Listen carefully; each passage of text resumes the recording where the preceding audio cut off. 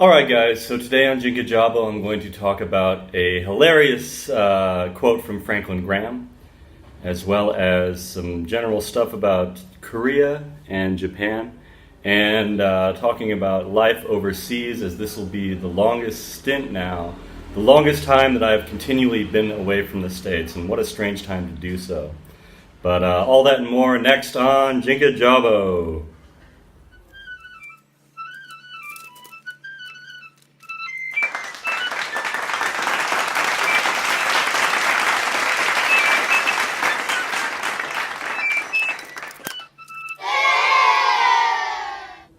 Okay, so to begin with, credit to Mr. Franklin Graham. I know Billy Graham passed away not long ago, and I didn't make a video about that. I probably should have. I will have a link in the description below to the video I had of Franklin Graham coming to Hanoi, just a short walk from my place, in fact, and I went there and recorded part of his sermon, not all of it.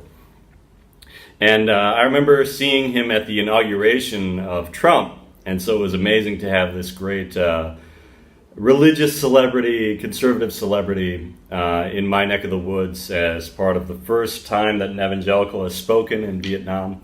Of course, Vietnam has not been anti-religion. I mean, it's been very open, like the Catholics have been here for a long time. And unlike other forms of Buddha, or other forms of communism that you find around the world, and they've been very open and accepting of religion, and that's been a big part of it. That's one thing that really separates it from, say, Maoist China or the Soviet Union. But anyway, here's Franklin Graham's quote on Donald Trump. "I think some of these things, that's for him and his wife to deal with, and I think the same with Stormy Daniels and so forth. It's nobody's business."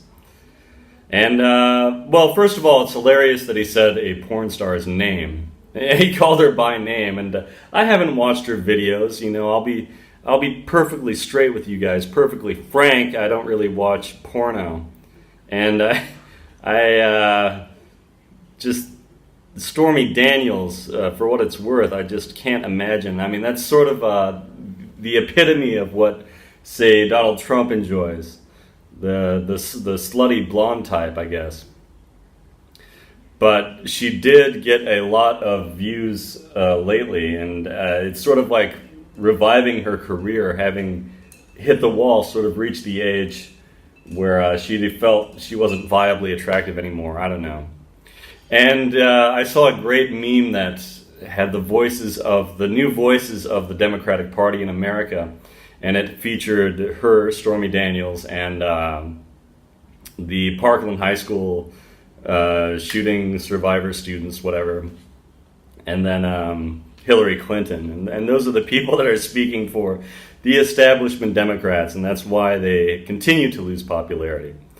But anyway, going back to Franklin Graham, there was a post from the other 98% talking about his opinions on Bill Clinton, in which he says, "Mr. Clinton's extramarital sexual behavior now concerns him and the rest of the world. If he will lie to or mislead his wife and daughter, what will prevent him from doing the same to the American public?"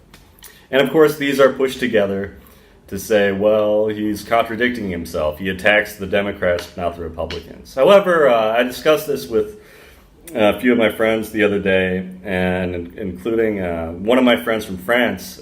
He said that, well, the problem with Clinton is that he was lying under oath, and it was perjury, and that was the whole point. So maybe this meme or this sampling of his quotes, Franklin Graham's quotes, doesn't really pan out when you think about, well, Trump was never under oath asked about his affairs or anything else. And I remember hearing that at one point, I think it was the Young Turks reported this or something, but at one point, Trump insisted on watching Shark Week videos with Stormy. They were just sitting in bed watching Shark Week, and I can sort of picture the conversation they would have had there. I can imagine Mr. Trump expressing how much he felt like a shark, and because that was the driving point behind his book and his TV show, and really his presidency, this idea that you have to keep swimming, like the shark has to keep swimming or it dies. Anyway, Franklin Graham is in the pocket of the Republicans, and that's obvious. And it's part of this old system of preachers, these worldwide mega church, mega preachers. And I've been listening to Frank Schaeffer, the son of evangelical royalty.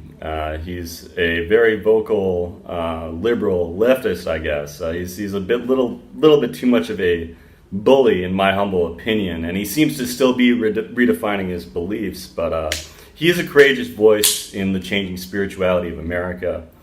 When I see that, or in the West in general, as evidenced by picking Pope Francis, for example, a pope who wasn't chosen because, like, Ratzinger had golden thrones and all this other shit. Like the pope we have now is chosen for his humility, sort of the Bernie Sanders pope. Because people are beginning to see through this, and I guess I came around at a time when it was really starting to wane in the 80s and 90s and all this stuff. Like, we still have mega churches, we still have our Benny Hinn's and Franklin Grahams and all this. But I sort of think with the death of Billy Graham last winter, it has marked the end of an era. And I don't think that we'll have these evangelicals in the pocket of big Republicans much longer, as it's beginning to lose favor. And there's a new spirituality, I would say, that's emerging both on the right and on the left, that doesn't allow for the Rolls Royce and the mansions. And we see that in all those great memes about Joel Osteen, that crazy preacher with the big psychotic smile all the time, comparing his wealth to what it would cost to really feed and clothe and help the poor. It reminds me of, I think it was, I don't know if it was SNL or the Kids in the Hall or something, but it is easier for a camel to pass through the eye of a needle than for a rich man to get into heaven.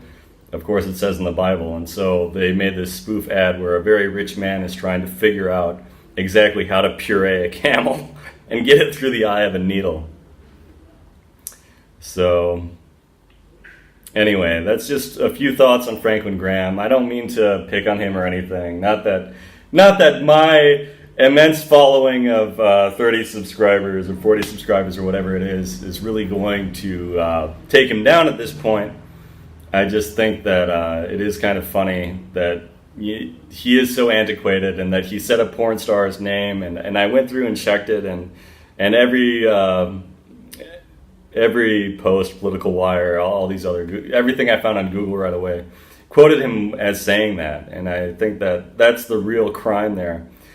But when I saw him, I just thought, of course he's the big, preachy, larger-than-life, political celebrity, religious celebrity.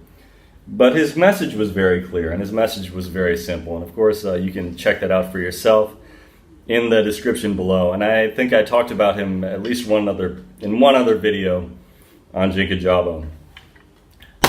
Okay. So I haven't been posting as much, and Of course, I'm in a new place now, and I'll show you more of it once I get it set up a bit more. But I've got a lot more space here.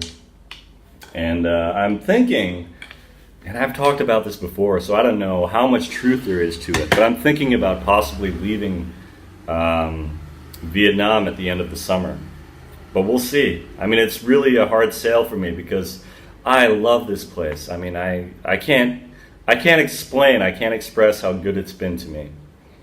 And lately, it was last weekend, I had lunch with some of my Trump supporter, right-wing, red-pilled friends out here in Vietnam, and it's such an international group, and I just love going on all these outings. Living overseas, that's just the best thing ever, is that whenever you go to a party or something, it's always the United Nations. You've always got people from Australia and England and Canada and America and the Middle East and Africa and different parts of Asia. It's amazing, like, how many different countries are represented and how many people share these beliefs. Like, it's sort of an international, metropolitan populism. and that would be hard to leave behind. However, it's kind of nice being part of that minority, you know, living in a I guess you would call it a communist country, but having Trump supporters out there. And it's sort of like the unspoken thing. I don't know. Gavin McInnes said it was kind of like how gay people can spot each other and start talking. That's sort of how it is with Trump supporters, where it's sort of hush-hush, but now and then someone will say, yeah, MAGA, Covfefe, you know, we've got our own secret language, or we'll exchange bearing or Sticks, Hex, and Hammer videos or stuff like that, and we'll talk about how much we dislike social justice warriors and what it's like being red-pilled. Oh man, I've got so much to say. That's why I really need to be recording more, because you can't turn this off. I'll keep coming at you with more ideas and facts and just fun stuff that's in the news and happening here, there, and everywhere around the world. But if you like what you heard, or if you're back again, please hit that subscribe button. I need more subscribers to encourage me on this path. And may your path in life be free.